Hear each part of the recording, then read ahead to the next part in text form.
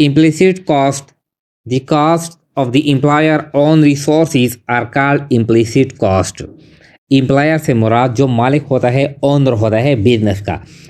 तो जो ओनर के अपने रिसोर्सेज होते हैं उन पे जो कास्ट आता है या उनका जो कास्ट होता है जो वो पेमेंट नहीं करता, तो इन कास्ट को कहते हैं इम्प्लिसिट कास्ट। यानी जो मालिक होता है यानी वो जब अपने रिसोर्सेज कारोबार में यानी वो लाता है, वो इस्तेमाल करता है, उन पे जो कास्ट आता है तो इस कास्ट को कहते हैं implicit cost. For example, using own shop and pay no rent. यानी जब मालिक कोई बिजनेस शुरू करता है तो वो उनका जो दुकान होता है वो अपना दुकान होता है, तो दुकान की यानी जो किराया है वो किराए की पेमेंट वो नहीं करता, तो इसको कहते हैं implicit cost. Using own capital and pay no interest. वो जब बिजनेस शुरू करता है तो यानी अपनी कैपिटल यानी वो लाता है और किसी को इंटरेस्ट की पेमेंट वो नहीं करता, तो इस कास्ट को कहते हैं इम्प्लिसिट कास्ट। या फॉर एग्जांपल, हमारा जो अपना बिजनेस है, we work as a manager but charge no salary. हम अपने बिजनेस में यानी मैनेजर के तौर पर हम काम करते हैं, लेकिन जो कि हमारा बिजनेस अपना है, प्रॉफिट और लॉस यानी हमारी जिम्मेदारी है, तो हम कोई सैलरी चार्ज नहीं करते, तो इस कास्ट को भी कहते हैं इम्प्लिसिट कास्ट। या use on vehicle and pay no rent.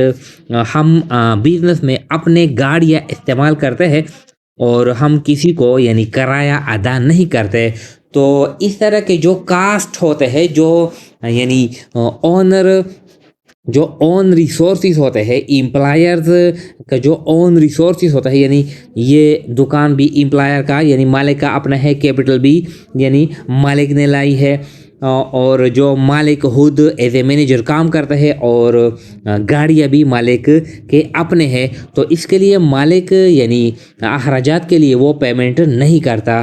तो अगर ये हमारे पास ना होते, मिसाल के तौर पर अगर हमारे पास अपना दुकान ना होता तो हम किराए पे लेते, हम पेमेंट करते।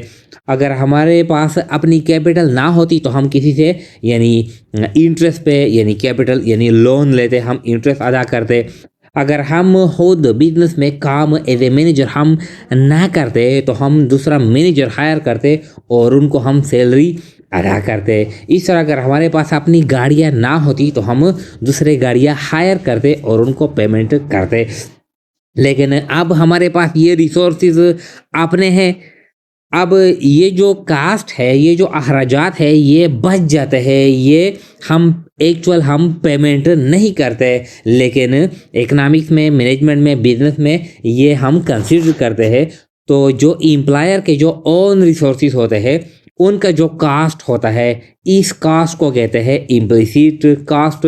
ये हम पेमेंट नहीं करते बल्कि ये पैसे हमारे लिए बच जाते हैं, ये अखराजात हमारे लिए बच जाते हैं। अच्छा, दूसरा आता है explicit cost. The cost of the external resources which are paid are called explicit cost.